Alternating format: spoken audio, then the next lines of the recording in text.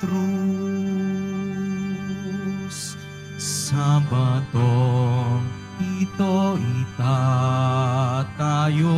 ko ang aking simbahan.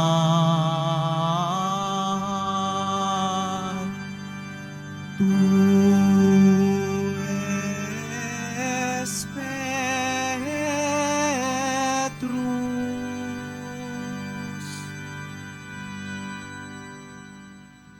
Simulan po natin ang pagdiriwang sa ngalan ng Ama at ng Anak at ng Espiritu Santo. Amen. Ang pagpapala ng ating Panginoong Hesukristo, ang pag-ibig ng Diyos Ama, at ang pagkikipagkaisa ng Espiritu Santo naway sumainyong lahat. At sumaiyo rin. Mga kapatid, tayong lahat ay nagkakatipon bilang isang mag-anak ng Diyos sa pagdiriwang ng banal na Eukaristiya. Sa araw na ito, ginugunita po natin ang kapistahan ng luklukan ni Apostol San Pedro. At upang tayo po ay maging karapat-dapat gumanap sa banal na pagdiriwang na ito, alalahanin po natin ang ating mga pagkukulang at nagawang pagkakasala. At buong kababaang loob po tayong humiling ng awa at pagpapatawad mula sa Diyos.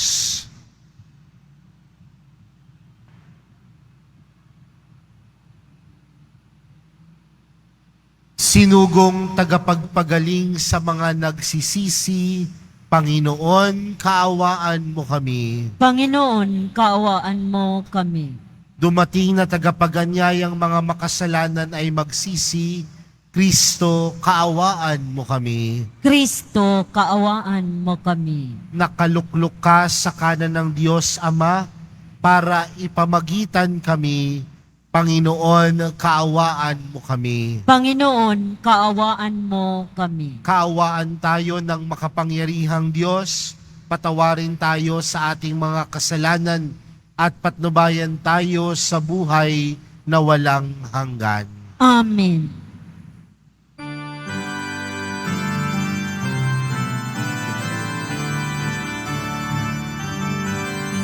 Papuri sa Diyos, papuri sa Diyos, papuri sa Diyos sa kaitaasan,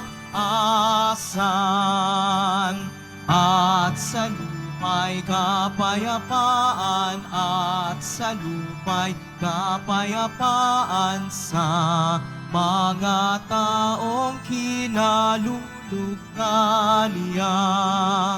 Pinupuri ka namin, dinarangal ka namin, sinasamba ka namin, ipinagbubuti ka namin, pinasasalamatan ka namin.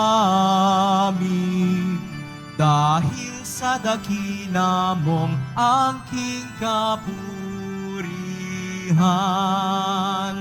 Panginoong Diyos, Hari ng langit, Diyos amang makapangyarihan sa lahat, Panginoong Hesukristo, buktong na anak, Panginoong Diyos, Kordero ng Diyos, anak ng Ama. Ikaw na nag-alis ng mga kasalanan ng sanlibutan. Maawa ka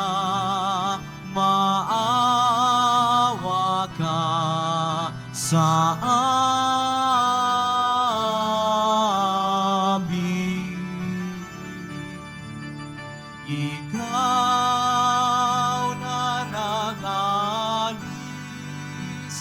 ng mga kasalanan ng sanlibutan. sanlibutan. Tanggapin mo ang aming kahilingan. Tanggapin mo ang aming kahilingan. Ikaw na naluluklok sa kanan ng Ama, maawa ka sa amin, sapagkat ikaw lamang ang banal at ang kataas-taasan. Ikaw lamang, O Jesucristo, ang Panginoon, kasama ng Espiritu Santo sa kadakilaan ng Diyos Ama. Amen. Ng Diyos Ama. Amen. Papuri sa Diyos. Papuri sa Diyos. Papuri sa Diyos sa kaitaasan.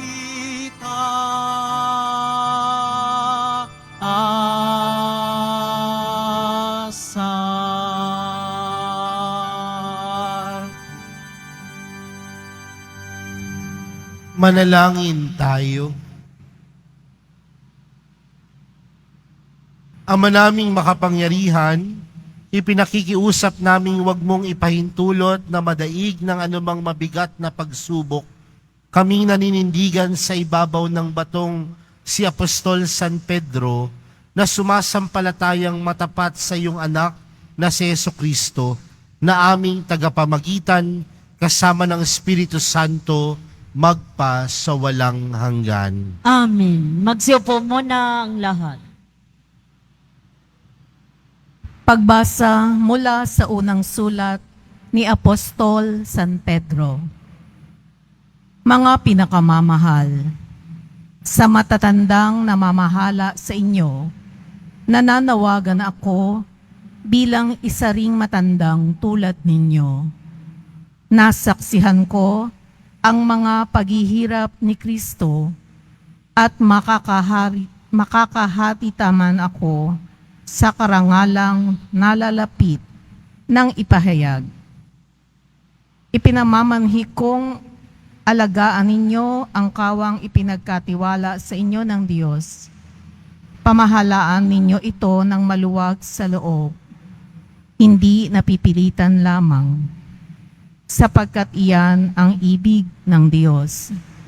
Gampanan ninyo ang inyong tungkulin, hindi dahil sa masakim na paghahangad ng pansariling kapakinabangan, kundi sa katuwaang maglingkod, hindi bilang Panginoon ng inyong mga nasasakupan, kundi bilang uliran ng inyong mga kawan. At pagparito ng Pangulong Pastol, ay tatanggap kayo ng maningning na koronang hindi kukupas kailanman. Ang salita ng Diyos. Salamat sa Diyos. Pastol ko'y Panginoong Diyos, hindi ako magdarahop. Pastol ko'y Panginoong Diyos, hindi ako magdarahop.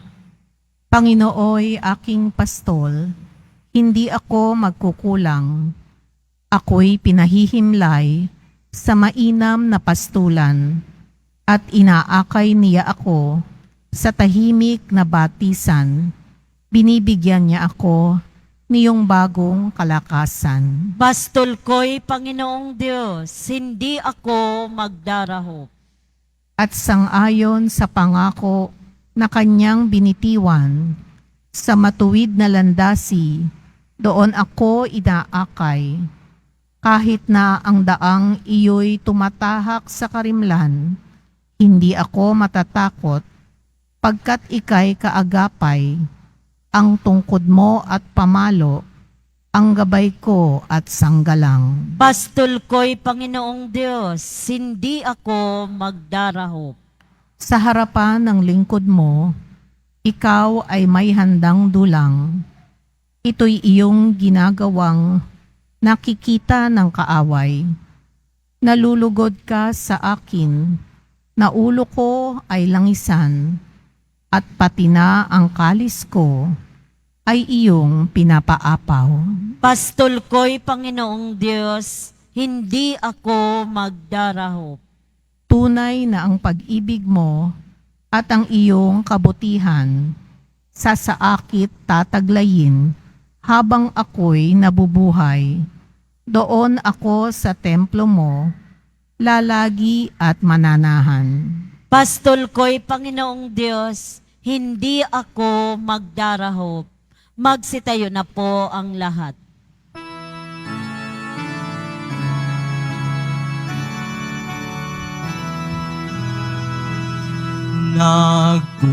Nagpupuri kami sa'yo, Panginoong Jesucristo. Nagpupuri kami sa'yo, Panginoong Jesucristo. Wika ni Pedro kay Jesus, kayo'y Kristo, anak ng Diyos, at si Jesus ay sumagot.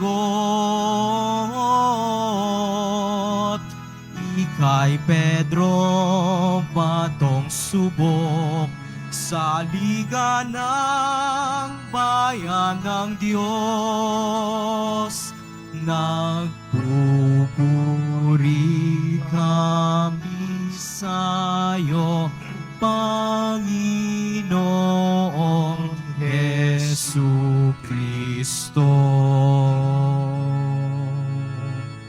Sumainyo ang Panginoon. At sumaiyo rin. Ang mabuting balita ng Panginoon ayon kay San Mateo. Papuri sa iyo, Panginoon. Noong panahong iyon, dumating si Jesus sa lupain ng Cesarea ng Filipos. Tinanong niya ang kanyang mga alagad, sino raw ang anak ng tao ayon sa mga tao? At sumagot sila, ang sabi po ng ilan ay si Juan Bautista kayo. Sabi naman ng iba, si Elias kayo. At may nagsasabi pang si Jeremias kayo o isa sa mga propeta. Kayo naman, ano ang sabi ninyo? Sino ako? Tanong niya sa kanila. Sumagot si Pedro, kayo po ang Kristo, ang anak ng Diyos na buhay. Sinabi sa kanya ni Jesus, mapalad ka, Simon na anak ni Jonas, sapagkat ang katotohanan ito'y hindi inihayag sa iyo ng sino mang tao, kundi ng aking amang nasa langit. At sinasabi ko naman sa iyo, ikaw ay Pedro, at sa ibabaw ng batong ito ay itatayo ko ang aking simbahan, at hindi makapananaig sa kanya kahit ang kapangyarihan ng kamatayan. Ibibigay ko sa iyo ang mga susi ng kaharian ng langit, at ang ipagbawal mo sa lupa ay ipagbabawal sa langit, at ang ipinahintulot mo sa lupa ay pahihintulot sa langit. Mga kapatid, ang mabuting balita ng Panginoon. Pinupuri ka namin, Panginoong Hesukristo. Magsiupo mo na ang lahat. Magandang umaga po sa inyong lahat. Tila parang kakaiba ang ating pagdiriwang para sa araw na ito. Dahil kapag tayo ay dumadalo ng misa at may pagdiriwang, ang ating ipinagdiriwang ay ang kapistahan ng tao, ng santo, ng simbahan. Pwedeng ipagdiwang ang kanilang kapanganakan o mas madalas ipagdiwang ang kanilang kamatayan. Pero sa araw na ito, tila parang kakaiba. Dahil ang pinagdiriwang natin ay luklukan ni Apostol San Pedro. Sa Ingles, we are celebrating the chair of Saint Peter. At ano ba ang meron sa upuan? Ano ba ang meron sa luklukan? Tandaan natin mga kapatid, na ang ipinagdiriwang natin ay hindi ang literal na upuan. Hindi ang literal na luklukan.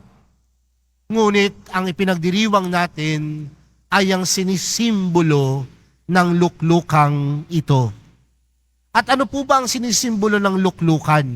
Ano ba ang sinisimbolo ng isang upuan? Di ba ang sinisimbolo nito ay kapangyarihan? Ang sinisimbolo nito ay pagiging pinuno, authority, and leadership. Kaya nga kung mapapansin po natin sa mga kumpanya, ano ang tawag natin doon sa mga taong nakaupo sa taas?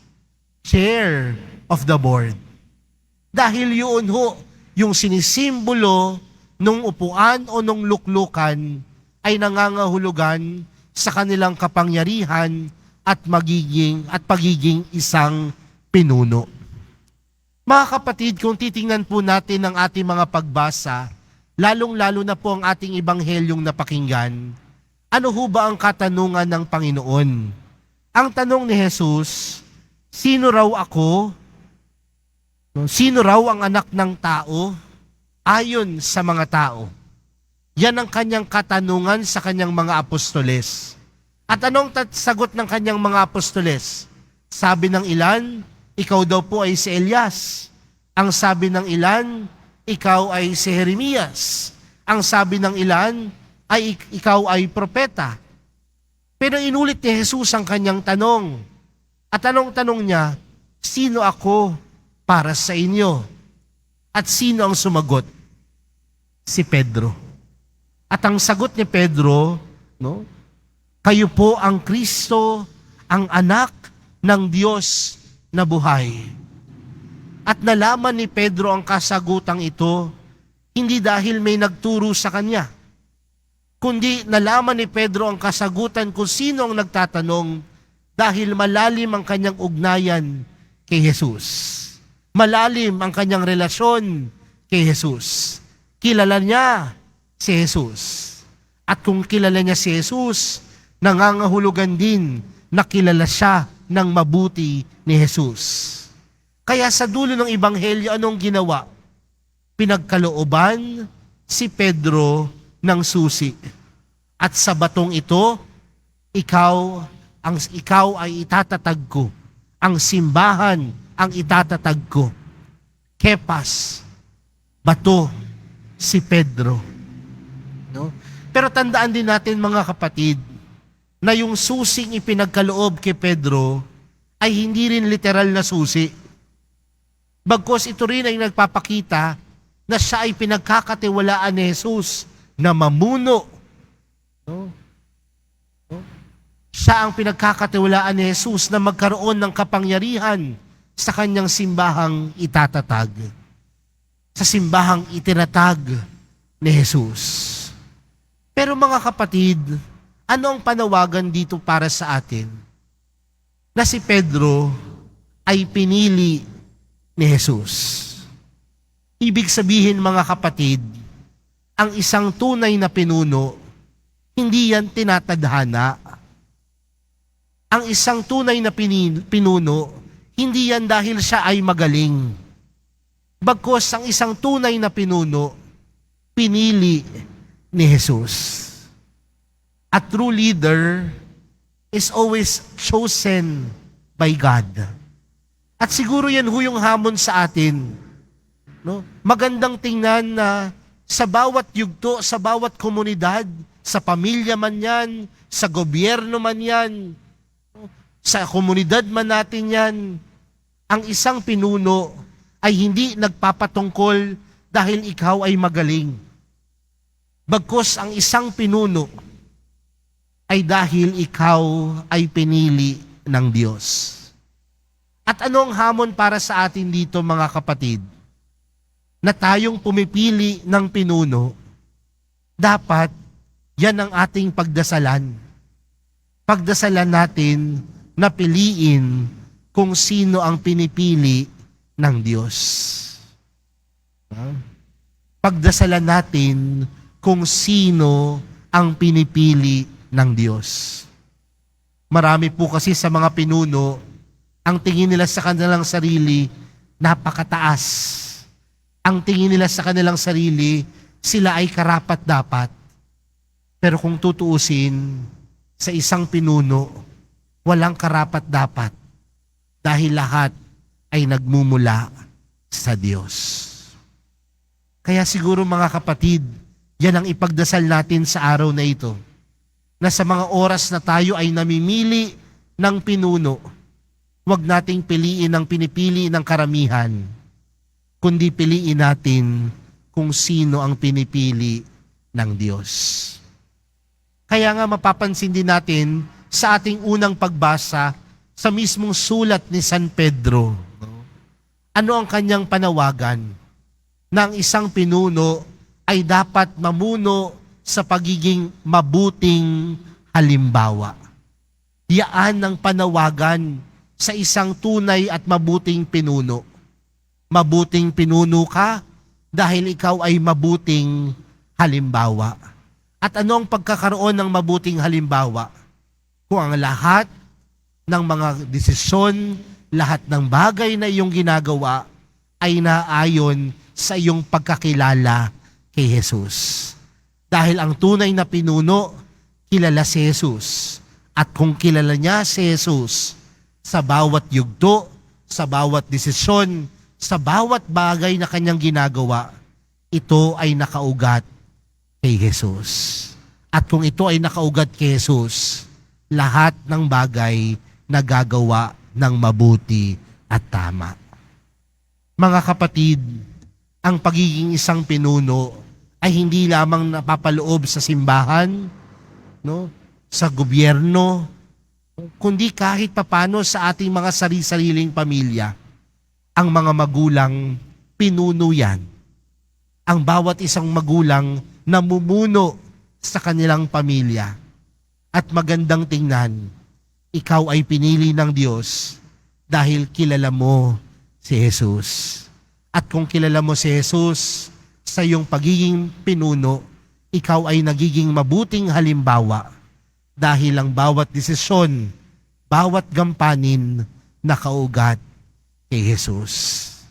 Ang tunay at magaling na pinuno ay hindi yung mga taong marami lamang nagagawa, kundi ang tunay at magaling na pinuno nakaugat lagi sa Diyos, nakaugat lagi kay Jesus.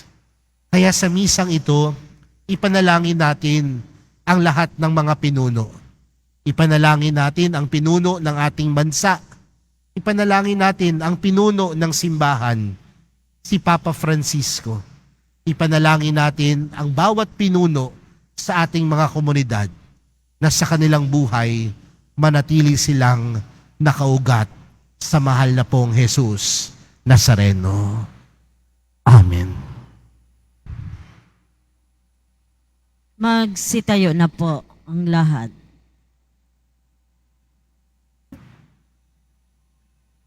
Ama naming Diyos, sa iyong pangangalaga sa mundo, pinili mo si San Pedro bilang pinuno ng mga apostoles at ulo ng simbahan.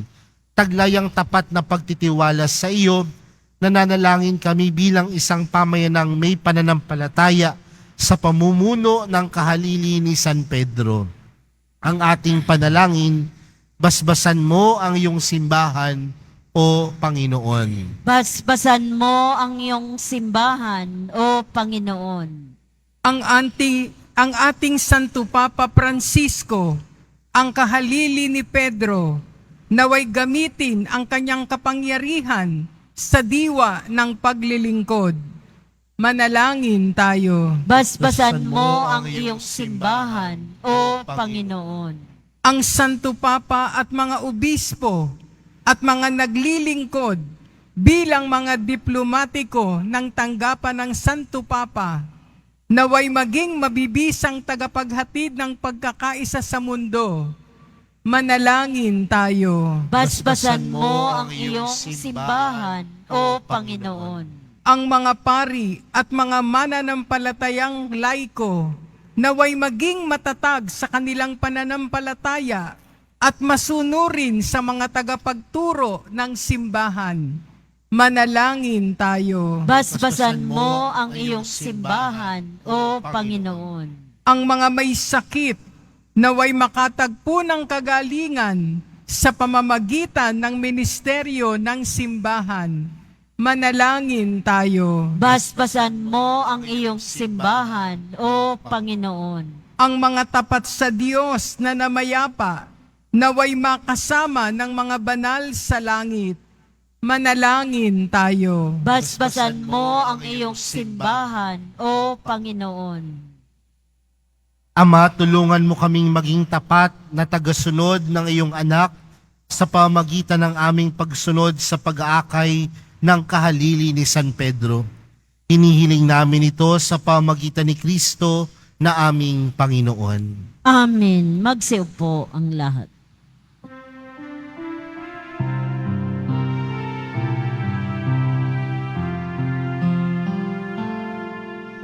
Sa'yo, Ama, aming handog ang tinapay at alak na ito, handog ng iyong bayang sumasamot, humihingi ng patawad mo. Sa pagsunod sa utos mo, nalulugod akong labis, di masukat ang galak ko, pagkat aking iniibig. Sa'yo, Ama, aming handog ang tinapay at alak na ito, handog ng iyong bayang sumasamot, humihingi ng patawad mo. Magsitayo na po ang lahat. Manalangin po kayo mga kapatid upang ang paghahain natin ay kalugdan ng Diyos amang makapangyarihan. Tanggapin nawa ng Panginoon itong paghahain sa iyong mga kamay, sa kapurihan niya at karangalan, sa ating kapakinabangan at sa buong sambayanan niyang banal. Ama naming lumikha, paunlakan mo ang pagdulog ng simbahang naghahain at dumadalangin, upang sa pagtataguyod ni San Pedro bilang pastol, kami makarating sa iyong pamanang walang maliw, na siyang hantungan ng pananampalatayang itinuro niya sa amin. Sa pamamagitan ni Jesucristo, kasama ng Espiritu Santo, magpa sa walang hanggan. Amen. Sumainyo ang Panginoon. At sumaiyo rin. Itaas sa Diyos ang inyong puso at diwa. Itinaas na namin sa Panginoon. Pasalamatan natin ang Panginoong ating Diyos. Marapat na siya ay pasalamatan. Ama naming makapangyarihan, tunay ngang marapat na ikaw ay aming pasalamatan. Ikaw ang pastol na laging pumapatnubay sa mga kabilang sa nililingap mong kawan. Ito ang ginanap na pananagutan, ang giliw mong anak at pastol ng tanan. Ang mga pastol ay kanyang mga katuwang sa pagiging pastol na patnubay ng sambayanan.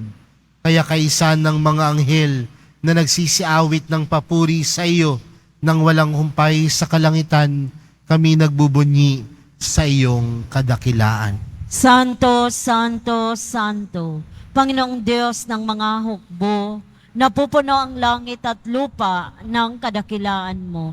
Usana sa kaitaasan, pinagpala ang naparirito sa ngalan ng Panginoon. Usana sa kaitaasan, magsilod po ang lahat. Ama naming banal, ikaw ang bukal ng tanang kabanalan. Kaya't sa pamagitan ng iyong Espiritu, gawin mong banal ang kaloob na ito upang para sa amin maging katawan at dugo ng aming Panginoong Hesukristo. Bago niya pinagtiis ang kusang loob na maging handog, hinawakan niya ang tinapay, pinasalamatan kaniya, pinaghati-hati niya iyon, iniabot sa kanyang mga alagad at sinabi, "Tanggapin ninyong lahat ito at kanin. Ito ang aking katawan na ihahandog para sa inyo."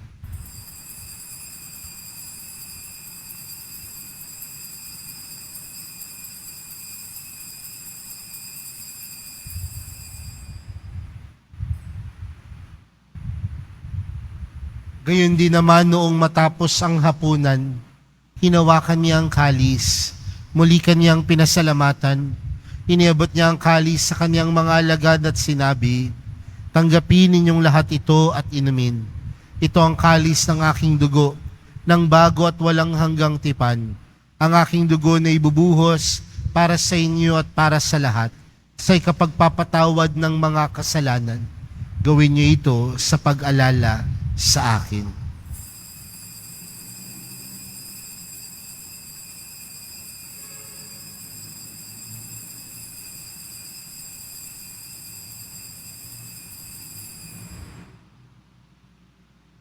Magsitayo na po ang lahat. Ipagbunyi natin ang misteryo ng pananampalataya. Si Kristo'y namatay, si Kristo'y nabuhay, si Kristo'y babalik sa wakas ng panahon. Ama, ginagawa namin ngayon ang pag-alala sa pagkamatay at muling pagkabuhay ng iyong anak. Kaya't inaalay namin sa iyong tinapay na nagbibigay buhay at ang kalis na nagkakaloob ng kaligtasan. Kami nagpapasalamat dahil kami iyong minarapat na tumayo sa harap mo para maglingkod sa iyo. Isinasamo namin kami magsasalo-salo sa katawan at dugo ni Kristo ay mabuklod sa pagkakaisa sa pamagitan ng Espiritu Santo. Ama, lingapin mo ang iyong simbahang laganap sa buong daigdig. Puspusin mo kami sa pag-ibig kay San Francisco na aming Papa at ni Jose na aming Obispo at ng Tanang Kaparian. Alalahanin mo rin ang mga kapatid naming nahimlay nang may pag-asang sila'y muling mabubuhay, gayon din ang lahat ng mga pumanaw. Kaawaan mo sila at patuloyin sa iyong kaliwanagan. Kaawaan mo at pagindapating kaming lahat na makasalo sa iyong buhay na walang wakas.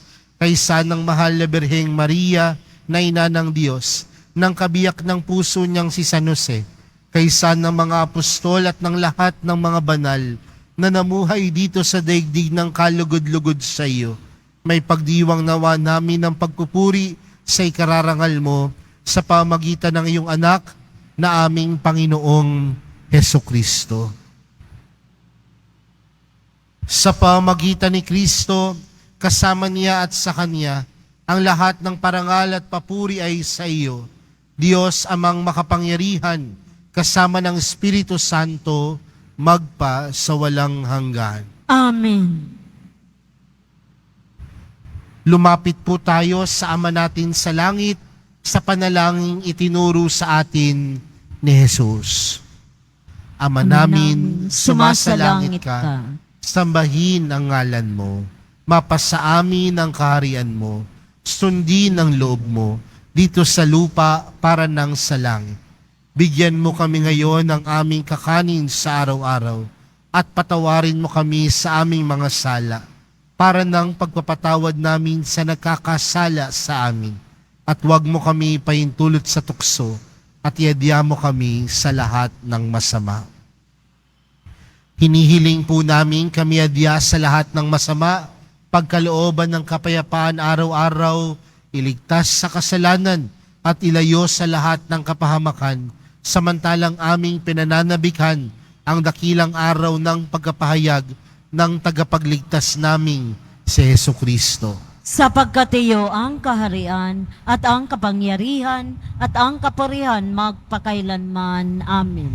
Panginoong Hesukristo, sinabi mo sa iyong mga apostol, kapayapaan ang iniwan ko sa inyo. Ang aking kapayapaan ang ibinibigay ko sa inyo. Tunghayan mo ang aming pananampalataya at huwag ang aming pagkakasala.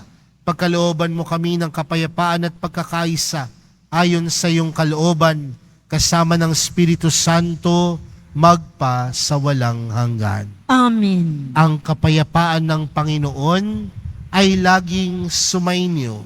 At sumairi. Magbigayan po kayo ng kapayapaan sa isa't isa.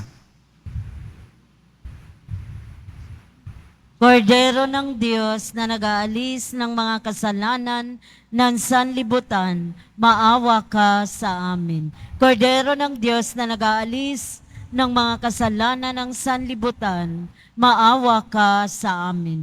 Kordero ng Diyos na nag-aalis ng mga kasalanan ng sanlibutan, pagkaloob mo sa amin ang kapayapaan.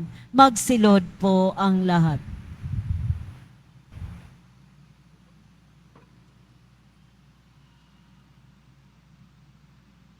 Narito si Jesus ang Kordero ng Diyos. Siyang nag-aalis ng kasalanan ng sanlibutan. Mapalad ang mga inaanyayahan sa kanyang piging. Panginoon, hindi ako karapat-dapat na magpatuloy sa iyo. Ngunit sa isang salita mo lamang ay gagaling na ako.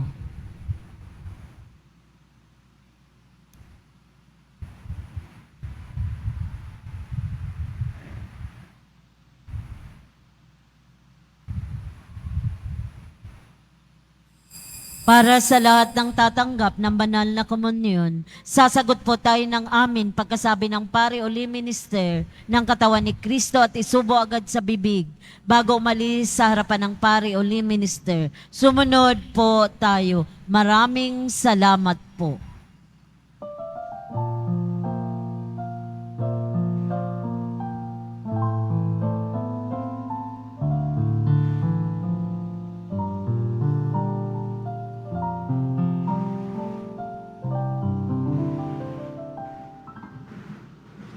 Handa kong ialay ang aking buhay, alang-alang sa aking mga tupa. Handa kong ibuwis ang lahat ng sa akin, alang-alang sa iyong kaligtasan. Batid ko kung sino ikaw, akong pastol mong sa'yo'y nagalaga. Batid mo rin kung sino ako, na nagmamahal sa iyong lubos. Handa kong ialay ang aking buhay, alang-alang sa aking mga tupa. Handa kong ibuwis ang lahat ng sa akin, alang-alang sa iyong kaligtasan. Kahit na mawalay sa aking piling, ikaw ay aking hahanapin. At kapag ika'y natagpuan, pauwi sa balikat ko'y ipapasan. Handa kong ialay ang aking buhay, alang-alang sa aking mga tupa. Handa kong ibuwis ang lahat ng sa akin, alang-alang sa iyo kaligtasan. Huwag na sanang lumayo sa aking pastulan. Ako ang iyong pastol na nagmamahal sa'yo. Mainam ang aking handog na batisan. Ang buhay ko'y kaloob, alang-alang sa'yo. Alang-alang sa'yo, aking mahal.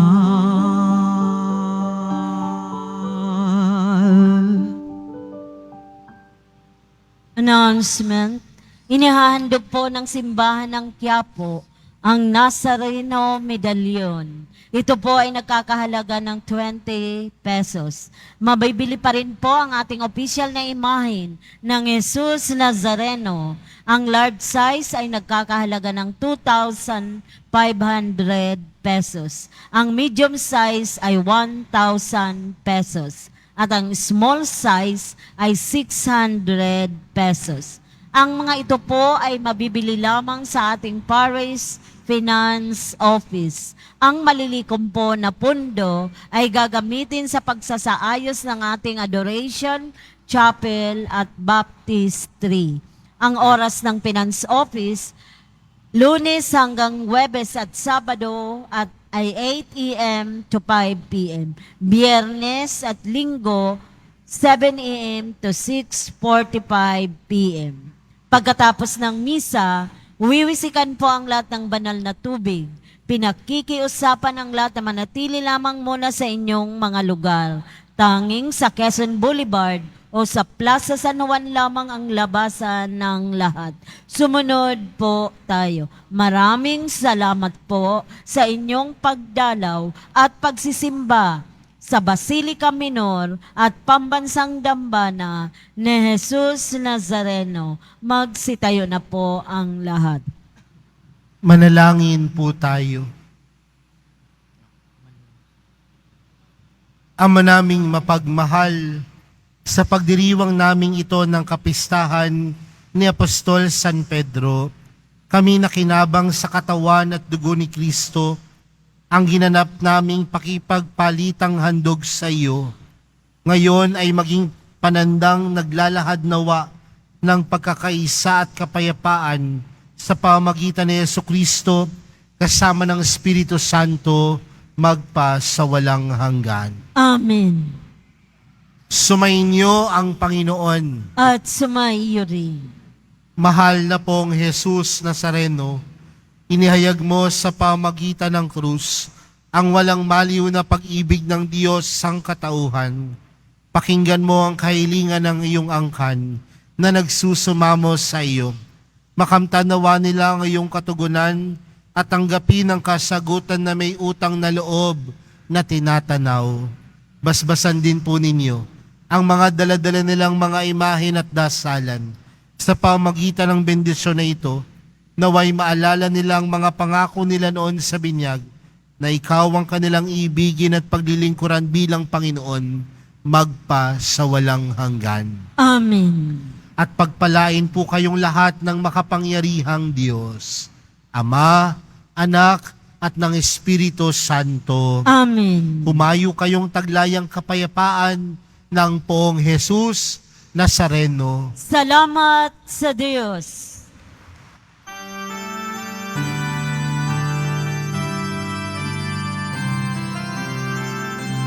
Nuestro Padre Jesus Nazareno, sinasamba ka namin, pinipintuho ka namin, aral mo ang aming buhay at kaligtasan, Nuestro Padre Jesus Nazareno, iligtas mo kami sa kasalanan. Ang krus mong kinamatayan ay sagisag ng aming kaligtasan. Nuestro Padre Jesus Nazareno, dinarangal ka namin. Nuestro Padre Jesus Nazareno, ninulwalhati ka namin. Nuestro Padre Jesus Nazareno, dinarangal ka namin. Nuestro Padre Jesus Nazareno, ninulwalhati ka namin.